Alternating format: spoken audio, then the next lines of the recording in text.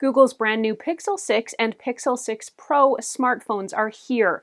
I'm Erin from TechGadgetsCanada.com, and I got to go hands-on with the Pixel 6 Pro to try it out, see what's new and different, and whether it makes a worthy upgrade or a purchase if you're in the market for a new Android smartphone. An early heads up, if you end up liking this video and finding it helpful, to please mash that like button and do consider subscribing.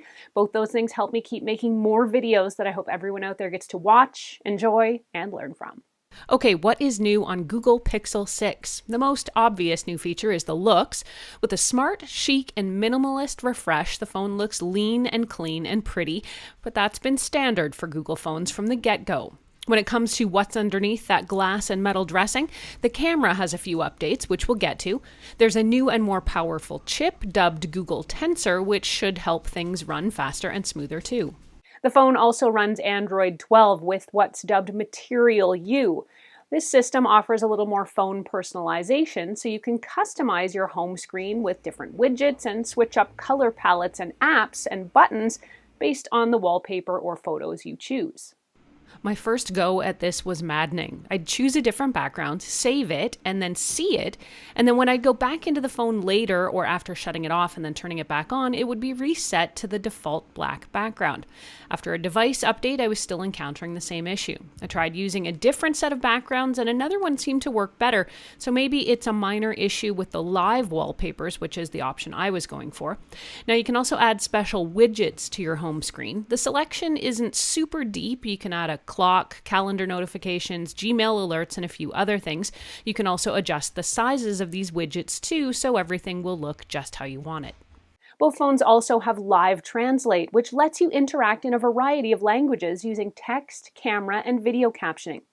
You do need to choose and download the individual languages you want to have access to, and you have to enable Live Translate first. I'm not going to take up the time here telling you exactly how to do it, but I do have instructions in my review at TechGadgetsCanada.com. When it's enabled, you can use Live Translate to translate text messages or even what's on signs or screens in front of you. To use it on the camera, open the camera up, then swipe to Modes and choose Google Lens. Hold the camera up to what you want translated and tap on the words. Then, in the bottom left, tap Translate, and the exact translation will appear on your screen.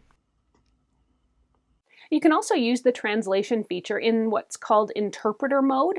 You can call for the Google Assistant and then say, "Be my interpreter." Be my interpreter. You'll choose the two languages you'll be conversing in, and when you talk to Google, it will detect and translate each one out loud, so it's literally like having an interpreter along for the ride. This feature, like the previous translation features I've tried on Google, works outstandingly well. How are you doing today? Hola, ¿cómo estás hoy? Estoy muy bien, gracias. ¿Y usted? I'm fine, thank you, and you? Google has previously called the battery life on these phones all day, and in this version they reiterate that the Pixel 6 Pro has an up to 24-hour battery, and with the extreme battery saving mode, which shuts down all but the most important or critical apps and functions, it'll stretch your overall battery life up to 48 hours if you're ever in a pinch. Now, Pixel has always had great battery life in my opinion, and I expect to see that continue with the Pixel 6 Pro here. Pixel 6 Pro offers wireless and reverse charging too, where your phone can wirelessly charge other things like your headphones. The Pixel 6 Pro is also water resistant. It's got a fingerprint sensor under the screen, and it is perfectly placed to use your thumb's natural position to unlock it quickly.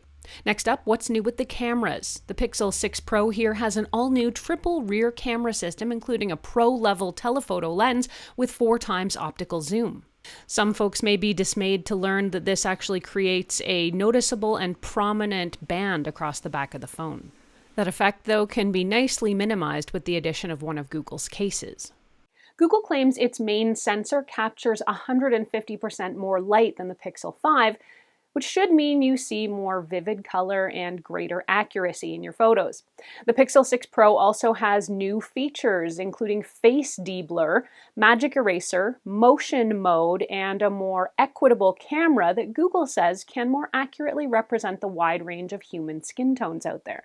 While these features are being touted as camera features, in essence, most are actually post-production features that let you make smart edits and edits that are a lot easier right on your phone.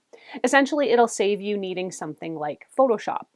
Let's take a quick look starting with face deblur, which can sharpen and refine faces after you've taken a photo so that pictures that might previously have been ruined or blurry can now be salvaged. Now, I tried this setting out, but it turns out the camera actually captures faces pretty well, even when they're a little bit in motion, so I really didn't have much chance to use this toy, and I can't even show you any examples, which is a good thing, I guess, and says a lot about Google's camera overall. Google Pixel's Magic Eraser feature essentially brings easy photo editing in to remove distractions from the background of your pictures. Got annoying vacationers in the background of your beautiful beachy photos, but you'd rather it looks like you had the place to yourself? A quick tap and you can remove them. Things like power lines, stray cords and cables, and even fingertips can also be wiped from the image, making it a lot easier to reclaim bad photos and turn them into new favorites. This feature is actually really easy to use and it works really well, though depending on what you're erasing and what the background actually looks like, it can create noticeable smudges, I'll say, in the finished image. For the most part, I'd probably be the only one to notice these tiny flaws, and if someone else was looking, they likely wouldn't see them on their own. Motion mode is another editing feature that lets you blur landscapes and backgrounds for an artsier finish. Color focus lets you make a colored element in the foreground pop while blurring the background and decolorizing that. Not my favorite effect personally, but it does work really well. It's also worth pointing out here that not all of these editing features are available on every single photo you have. It kind of depends on what you're working with to start with. If you're into photography or have just tried to zoom in on something cool from afar, you know there's a difference between optical zoom and digital zoom.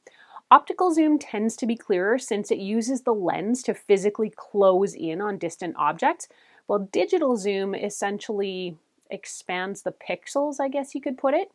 I usually prefer a stronger optical zoom, so having 4 times optical zoom on the Pixel 6 here is a treat.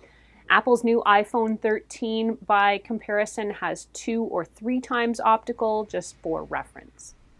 And there is also up to 20 times digital zoom available on this phone camera as well. Google Pixel phones have always had great tools to help you manage your calls better. The Pixel here can already screen calls for you by using preset responses, so you don't have to waste time with telemarketers. Now there's a couple of new features. There's wait times, so you can find out the best time to call to avoid long holds. It's supposed to display current and projected wait times for the rest of the week near the top of your screen.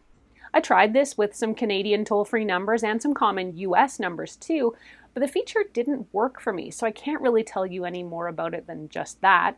I'm actually not sure if this is an issue with my cell carrier or the phone not being entirely Canada ready. Google has added a safety check feature, and that's added to the car crash detection feature that was on the phone previously. Safety check allows you to set a timer for your Pixel to check in with you, and then it'll start an emergency share if you don't respond, just in case you need it. It's great for folks who are out walking or exercising alone, working alone, or who otherwise need an additional level of safety and personal security. Getting this set up also needs a few extra steps, so you can find them at techgadgetscanada.com. Overall, there are some really useful new features in the new Pixel 6 Pro. The new photo editing and improvement features are super handy, and I'm already all over the Magic Eraser. The new safety alerts and options are handy and helpful.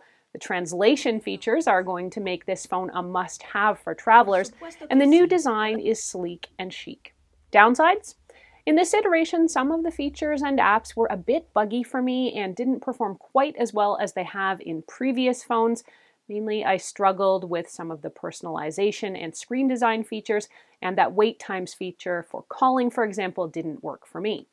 But these are pretty minor complaints. The Google Pixel phone continues to be one of my favorite phones ever.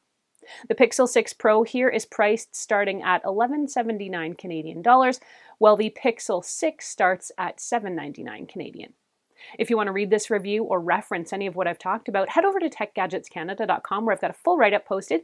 There you can ask me any questions you have about this phone. You can also post them here in comments below. Thanks so much for watching. I'm Erin. Until the next time, you can find me on either Twitter or Instagram. I'm at ErinLYYC. You can also always catch me through Facebook at facebook.com/techgadgetscanada. The phone also runs Android 12 with what's dubbed. This system essentially offers more phone personalizations. This system offers a little more phone personalization. I'm not sure if this is an issue with my cell carrier or the phone not being entirely Canada.